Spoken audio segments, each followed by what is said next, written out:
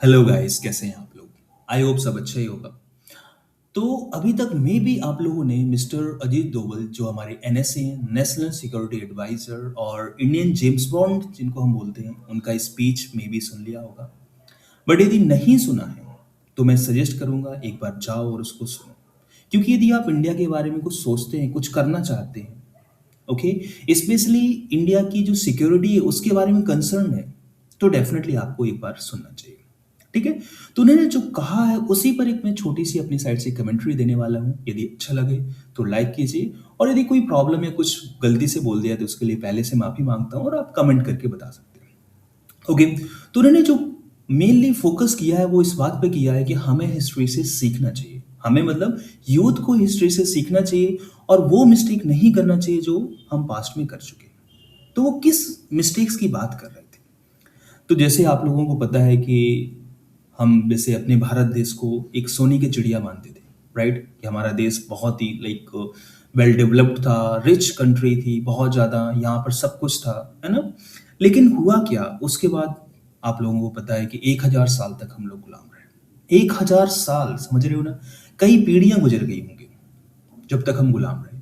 800 साल मुगलों के गुलाम रहे, उसके बाद 200 साल अंग्रेजों की। तो ऐसा क्यों हुआ? कि हम लोग कमजोर थे बहुत ज्यादा, या फिर कुछ और ही वजह थी? तो ऐसा नहीं था कि हम लोग कमजोर थे, हमारे पास पैसा नहीं था, हम बहुत ही लाइक अनडेवलप्ड कंट्री थे जिसको कुछ भी आइडिया नहीं है क्या देश होता है, कैसे समाज चलता है। ऐसा बिल्कुल भी नहीं था। फिर क्या प्रॉब्लम थी? तो मेनली दो तीन प्रॉब्लम थी। सबसे ज्यादा बड़ी प्रॉब्लम थी कि हम डिवाइडेड थे। छोटे छोटे राज थे और जो एक दूसरे से लड़ते रहते थे। उनको अपने देश से कोई मतलब नहीं था कि यूनाइटेड कंट्री होना चाहिए, इससे कोई मतलब नहीं था, राइट? और जो अभी मतलब यदि हम करंट पर्सपेक्टिव में देखें तो अभी भी वही हो रहा है। जैसे आप लोग देखते होंगे आजकल मतलब हिंदी वर्सेस मराठी का चलता रहता है, नॉर्थ वर्सेस साउथ का चलता रहता है, राइट? रिलीजन्स में, कास्ट में बहुत सारा डिवाइडेडनेस है इंडिया में, राइट? बट अभी स्टिल ऐसा है कि इंडिया में एक बड़ी फौज है और ऑल ओवर इंडिया एक वन कॉमन गवर्नमेंट होती है।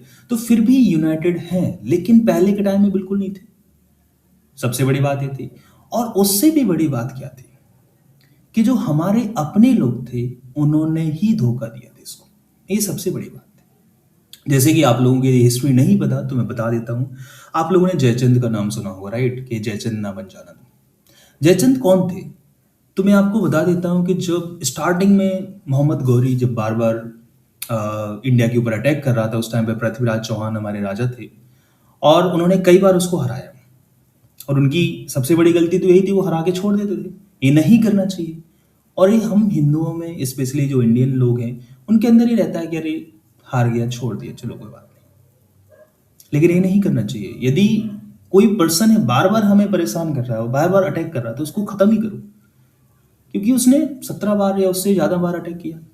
और हुआ क्या फिर लास्ट में? जो जयचंद था ना, उसने उसका साथ दिया, और बेसिकली बाकी जो सब चीजें बताई उसकी हेल्प से गौरी ने क्या किया? पृथ्वीराज चौहान को हरा दिया। और पृथ्वीराज चौहान के हराते ही सीधा मुगल सल्तनत की स्टार्टिंग हो गई। और फिर उसके बाद बाकी सारे राजा आते रहे, जाते रहे, और ये समझो 800 साल तक ऐसे भारत गुलाम बना रहा। तो एक मिस्टेक, या इवन सिंगल पर्सन बोल सकते हैं, या फिर ऐसे बहुत सारे इंडिविजुअल हुए जो अपने ही देश को धोखा दे रहे थे, और बस शत्रुओं के साथ मिलके उन्होंने खत्म करवा दिया देश को। फिर उसके बाद क्या हुआ? जैसे जैसे मुगल सल्तनत खत्म होने लगी, राइट, 1800 की समथिंग, फिर क्या हुआ? अंग्रेज आए। और अंग्रेज तो पहले क्या बन के आए थे? एक सिंपल कंपनी थी, ईस्ट इंडिया कंपनी, व्यापार करने के लिए आए थे। फिर वो एकदम से पूरे भारत देश पर कैसे उन्होंने कब्जा कर लिया? तो आप लोगों को हिस्ट्री फिर नहीं पता होगी तो मैं बता देता हूँ कि उस टाइम पर जब बंगाल में ईस्ट इंडिया कंपनी की शुरुआत हुई थी और नॉर्मल सब व्यापार चल रहा था, तो मीर जाफर करके एक सेनापति था बंगाल का, जो सिराजुद्दौला उस टाइम पर वहाँ के नवाब थे, उनके लाइक चीफ इन कमांडर थे। उन्होंने क्या किया? उन्होंने अंग्रेजों से हाथ मिला लिया। अभी समझो कि सिचुएशन ये थी कि अंग्रेजों के पास केवल 7,000 की फौज थी और सिराजुद्दौला के पास 50,000 की फौज थी, और युद्ध हुआ नहीं। बिना युद्ध लड़े अंग्रेज जीत गए। क्यों? क्योंकि मीर जाफर को नवाब बनने का एक सपना जाग गया था। उसको ये था कि अंग्रेजों को मैं साथ दूंगा, मैं नवाब बन जाऊंगा, फिर देखूंगा। लेकिन उसको ये नहीं पता था कि अंग्रेजों की मदद से नवाब तो बन रहा, लेकिन वो रियल नवाब नहीं बनेगा, वो कठपुतली बनेगा। और वही हुआ। अंग्रेजों के पास जो उस टाइम पर इंडिया का one of the richest state था, बंगाल, वो हाथों में चला गया। अभी समझो उनके पास पूरा फौज था, पूरा खजाना था, सब कुछ था। बस धीरे धीरे वो डिवाइड करते गए और रूल करते गए। तो ये ऐसी मिस्टेक है जिन्होंने हजारों साल, मतलब 1000 साल तक हमें गुलाम रखा। पहली तो जहां से मुगल सल्तनत की स्टार्टिंग हुई, दूसरी जहां से अंग्रेजों की सरकार ने बेसिकली इंडिया पर कब्जे जमाने स्टार्ट किया। पहला राज्य मिला, उसके बाद दूसरा, तीसरा, और फिर तो पूरे भारत में फैल गए। राइट। तो ये बहुत बड़ी मिस्टेक है जो हमने की है। उसका मेन रीजन क्या था? हम डिवाइडेड थे, और डिवाइडेड होने के साथ साथ सबसे बड़ी जो मिस्टेक है वो हमारे अपने लोग ही धोखा देते हैं। और अभी भी आप देखते होगे जो भी ऐसे अटैक होता है, ब्लास्ट होता है, तो ऐसा तो है नहीं कि सब लोग बाहर से ही आते हैं। हमारे अपने लोग बहुत सारे रहते हैं जो हेल्प करते हैं उन लोगों की। तो वो सब चीज़ें बंद करनी चाहिए, और यदि कोई कर रहा है तो उसको समझना चाहिए कि उससे कोई फायदा नहीं होगा। कि जैसे मीर जाफर ने सोचा था कि वो राजा बन जाएगा, नवाब बन जाएगा, लेकिन हुआ क्या? वो कठपुतली बना बस। तीसरी बड़ी बात उन्होंने जो कही है वो ये है, most of the peoples were silent observer. Silent observer, मूक दृष्टा, मतलब ये था कि मैक्सिमम लोग बस देखते रहे और अत्याचार होते रहे। मतलब ये है कि हजारों लोगों को मारा गया, हमारे मंदिरों को तोड़ा गया, वुमेन्स के साथ रेप किया गया, और हजारों लोगों, लाखों लोगों को कन्वर्ट किया गया अदर रिलीजन में। राइट, मुगल हो या फिर इवन अंग्रेज हो, और मैक्सिमम लोग देखते रहे। अभी समझो कि जब मुगलों ने अटैक किया होगा तो कितनी फौज होगी उनकी, उसका डेटा तो नहीं अभी एग्जैक्टली मुझे पता। लेकिन जब अंग्रेज भारत से जा रहे थे वो लगभग 30 लाख अंग्रेज थे, और इंडिया की पॉपुलेशन क्या थी? ये समझो 30 करोड़ से भी ज्यादा थी पॉपुलेशन। अब 30 लाख लोग 30 करोड़ पर कैसे राज कर सकते हैं? तो कैसे राज कर पा रहे थे?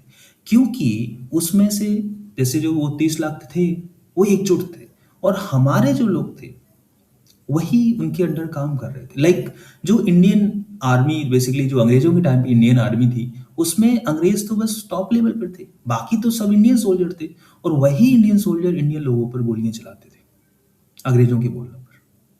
तो फिर से वही बात आ गई कि हमारे लोग खुद को या खुद के देश को ही धोखा दे रहे थे। ये सबसे बड़ी बात है जो बार बार निकल के आती है इंडियन हिस्ट्री से, कि हमें हमारे खुद के लोगों ने धोखा दिया है।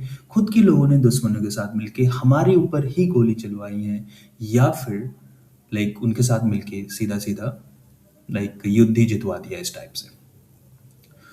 ओके, तो ये बात है। और जो मेन बात आती है साइलेंट ऑब्जर्वर वाली, कि हमें बस देखते नहीं रहना। जैसे अभी करंट सिचुएशन में देखा जाए तो मैक्सिमम यूथ को या फिर नॉर्मल लोगों से बात करो देश के बारे में तो बोलते हैं, चल तो रहा है सब, क्या करना, हमें अपनी लाइफ देखना है, हमें अपनी फाइनेंस देखना है, पैसा कमाना है, ऐसा करना, हमारी लाइफ है, हमारी फैमिली है, बस। देश के बारे में बहुत ही कम लोग सोचते हैं। अभी रिसेंटली मैं जितने लोगों से बात करता हूँ तो रियरली कोई सोचता है। ओके, लेकिन हमें सोचना चाहिए। क्यों सोचना चाहिए? अभी करंट सिचुएशन देखो क्या चल रहा है।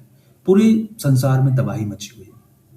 यहाँ कोई कंट्री अटैक कर रहा है दूसरी कंट्री पर, है ना, कुछ भी हो रहा है, किसी के राष्ट्रपति को उठवा लिया जाता है ना। अभी अपन अपने पास में ही देखें तो ये समझो कि सबसे पहले तो श्रीलंका में तख्ता पलट हुआ, उसके जस्ट बाद फिर नेपाल में भी हो गया सब, जेनजी प्रोटेस्ट चला और सब प्राइम मिनिस्टर को ही हटा दिया गया, फिर सब तबाही मच गई।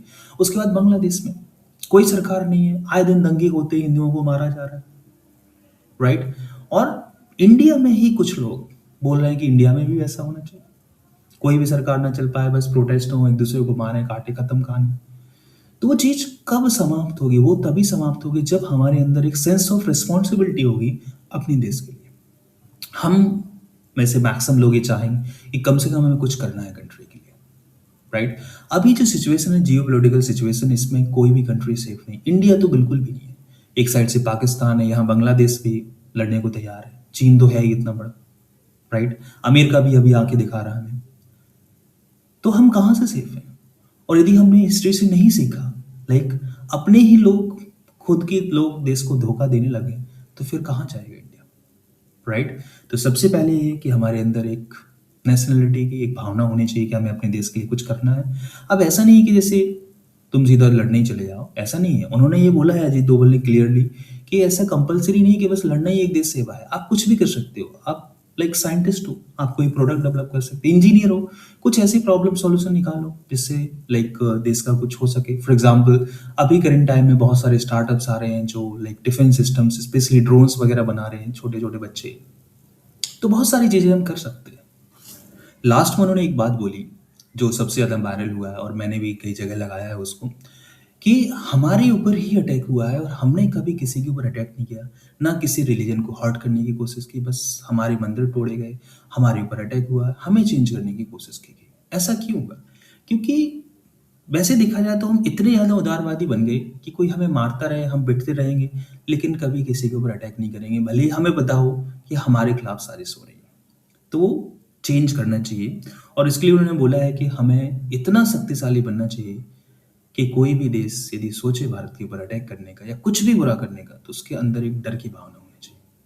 और ये सिचुएशन अभी नहीं है। अभी ये समझो कि छोटे-छोटे देश, इवन बांग्लादेश भी आए दिन इंडिया से लड़ने की सोचता रहता है। लड़ नहीं सकता, लेकिन ये नहीं होना चाहिए बेसिकली। सामने वाली कंट्री के अंदर ये डर होना चाहिए कि हम इंडिया के खिलाफ यदि कुछ बोल देंगे, तो बहुत नुकसान होगा। वो डर अभी नहीं है। वो जनरेट करना पड़ेगा हमें, अदरवाइज़ ये समझो कि बहुत बुरी सिचुएशन में फँस जाएँगे। एक साइड पाकिस्तान है, दूसरी साइड चाइना, बांग्लादेश भी आँखें दिखा रहा है और सबसे बड़ी बात, इंडियन जयचंद, मतलब हमारे देश के लोग तोड़ने को रेडी हैं।